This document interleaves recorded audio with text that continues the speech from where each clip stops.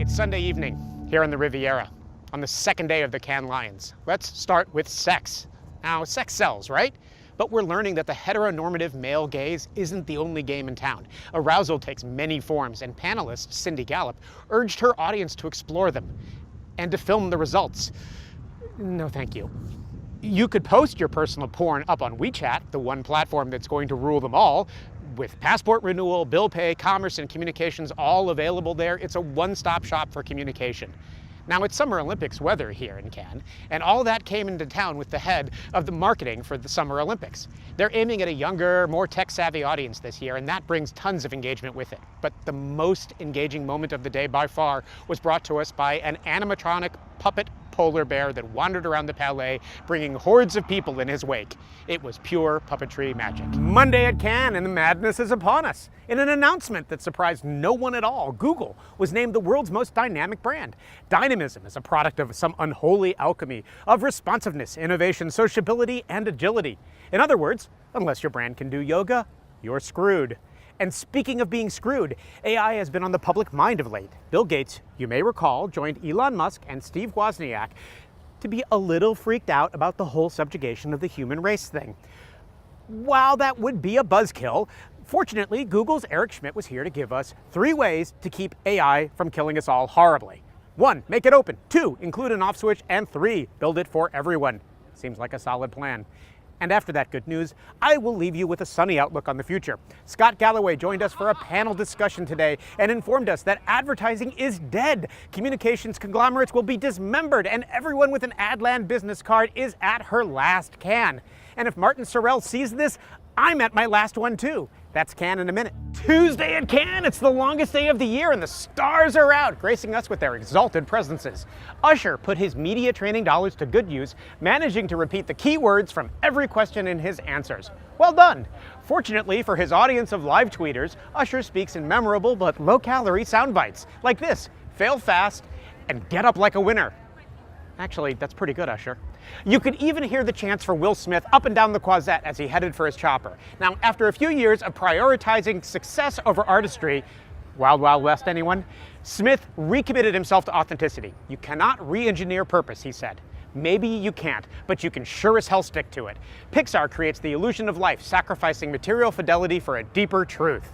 Impressionism comes to computer graphics. And there's no need for interpretation when it comes to Cindy Gallop. The 2 little words, culture fit, are responsible for the massive, appalling amount of white male homogeneity. And that's Cannes in a minute. Wednesday at Cannes, and the long nights of uncoupling from consciousness are starting to take their toll. Thankfully, Gwyneth Paltrow was here to keep us on the straight and narrow. She defended her luxe lifestyle brand and its over-the-top product recommendations, even her $15,000 gold dildo, which is just a perfect metaphor. Anthony Bourdain informed us that he never eats on an airplane because nothing good could ever come of that.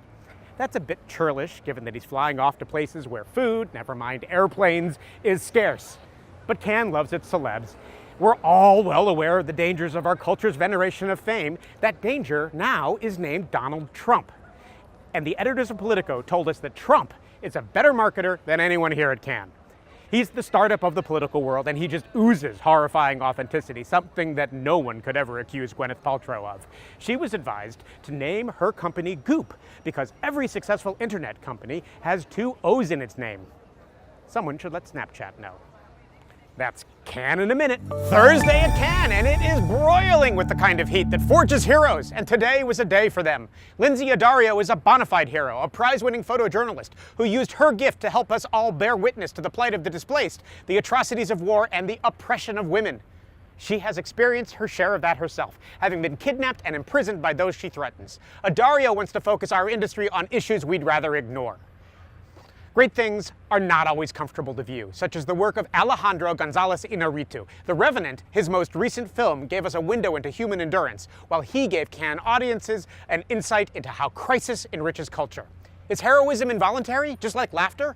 Our automatic reflex to humor, Keegan-Michael Key tells us, lets it take on serious issues without sounding obnoxious and preachy like I am right now.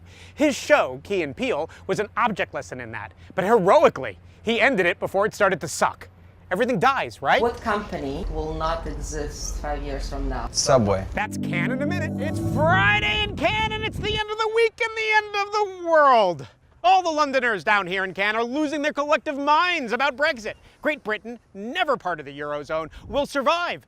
But nativism and xenophobia have been sanctioned by the popular vote, even if they've always been legitimized by popular opinion. Lest you doubted, Trump is electable. But wait! There's more crappy news. In a perfect haiku of awful, Bears Agency made a deplorably sexist ad, basically scam work, which won a bronze lion, of course. These are the wages of gender inequality. The forces of good notched at least one victory today. UN Secretary General Ban Ki-moon joined all the agency holding companies to announce common ground, a shared commitment to using the power of communications to meet sustainable development goals. My call to you today is to be a part of something bigger. That's a call we need to start heeding. And that's Cannes in a minute. Saturday at Cannes and the festival is over. Save for one more award show. Respect is due to all the winners, as indeed it is to all people. I got a lesson in that today from Piyush Pandey, the godfather of advertising in India. Piyush enjoined me to respect all people. The young people forging their own way in the world, the 400 million new members of the Indian middle class, and the uneducated laborer alike. All of them are creative, and all of them are as worthy of celebration as those clutching lions to their breasts. Eliciting that creativity, though, that's the challenge. Piyush believes perfect creativity can be found in the young and in the old. The young, because they haven't had it taught out of them yet. The old, because they just don't give a damn. It is a tragedy that we see the interests of these two groups starting to diverge in Britain and soon perhaps in the rest of the world. But I'll stick with the optimism of John Seifert. I believe the world will come together because we don't have a choice. That's Cannes in a minute.